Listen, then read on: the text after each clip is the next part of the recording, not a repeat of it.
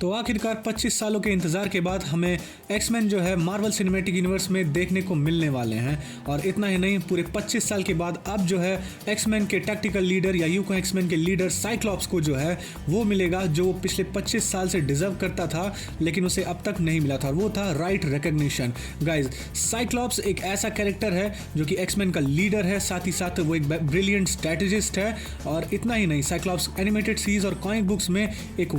कमाल का कैरेक्टर है जिसे लोग काफ़ी ज़्यादा पसंद करते हैं, लेकिन पिछले 25 सालों से लाइव एक्शन में इसी चीज़ की बहुत ही ज़्यादा कमी देखने को मिली थी। यहाँ तक कि एमसीयू में ना आने से पहले भी पुरानी जो फॉक्स की मूवीज़ थी उसमें भी जब हमें साइक्लॉप्स को दिखाया गया था तो हमें साइक्लॉप्स को बस एक कैरेक्टर के तौर पर इंट्रोड्यूस करा दिया गया था। वो एक्समैन का लीडर हमें बात बताई गई थी, लेकिन एक्समैन में साइक्लॉप्स की लीडरशिप क्वालिटी और उसके स्किल्स और साथ ही साथ उसके टैक्टिकल जीनियस इंटेलेक्ट को हमें कभी दिखाया ही नहीं गया था। लेकिन आज पूरे 25 साल के बाद हमें एक्समैन ना केवल एमसीयू में देखने को मिल रहा है बल्कि साइक्लॉप्स जो है उसे वो मिल रहा है जो कि वो डिजर्व करता है। क्योंकि एवेंजर्स डूम्सडे के थर्ड टीजर को अब मार्वल ने ऑफिशियली रिलीज कर दिया है, तो हम ये बात देख सकते हैं कि इस ट्रेलर में एक्समैन के साथ साथ जिस कैरेक्टर पर सबसे ज़्यादा फोकस किया जा रहा है, या यूं कहूं एक्समैन के जिस कैरेक्टर पर सबसे ज़्यादा फोकस किया जा रहा है वो और कोई नहीं बल्कि एक्समैन का लीडर साइक्लॉप्स है। पुरानी फॉक्स मूवीज में हम जब भी साइक्लॉप्स को देखते थे,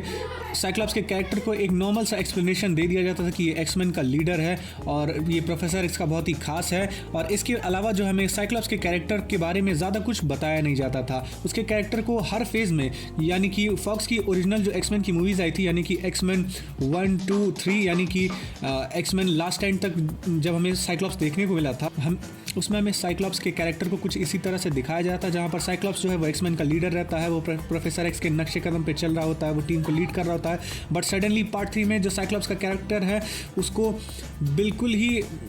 उसके पोटेंशियल को वेस्ट कर दिया जाता है और उस कैरेक्टर को ऑफ स्क्रीन ही मार दिया जाता है। हालांकि ये बात हमें मालूम रहती है कि उसको तबाह करने वाली कोई और नहीं बल्कि जीन ग्रे है, लेकिन ये चीज़ हमें ऑन स्क्रीन दिखाई भी नहीं जाती है क्योंकि साइक्लॉप्स का जो कैरेक्टर है वो इतनी आसानी से ख़त्म ही नहीं किया जा सकता। साइक्लॉप्स के पास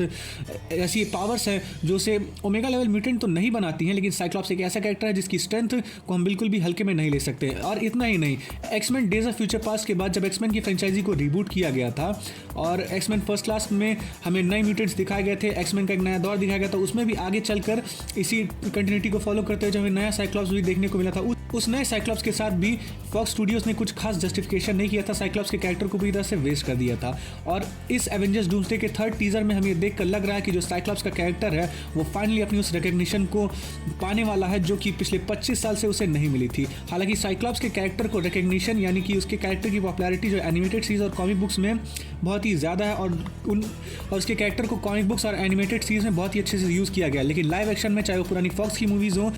साइक्लॉप्स के कैरेक्टर को उतने अच्छे से, उसके पोटेंशियल को अच्छे से यूटिलाइज ही नहीं करा गया है। लेकिन इस टीजर को देखकर लगता है कि इस बार फुल फ्लेज एक्समैन की लीडरशिप को साइक्लॉप्स जो है वो अपने हाथों में लेने वाला है। और इतना ही नहीं, क्योंकि ये एक्समैन जो अल्टरनेट यूनिवर्स के होने वाले हैं, तो ये साइक्लॉप्स जो है अपने पुराने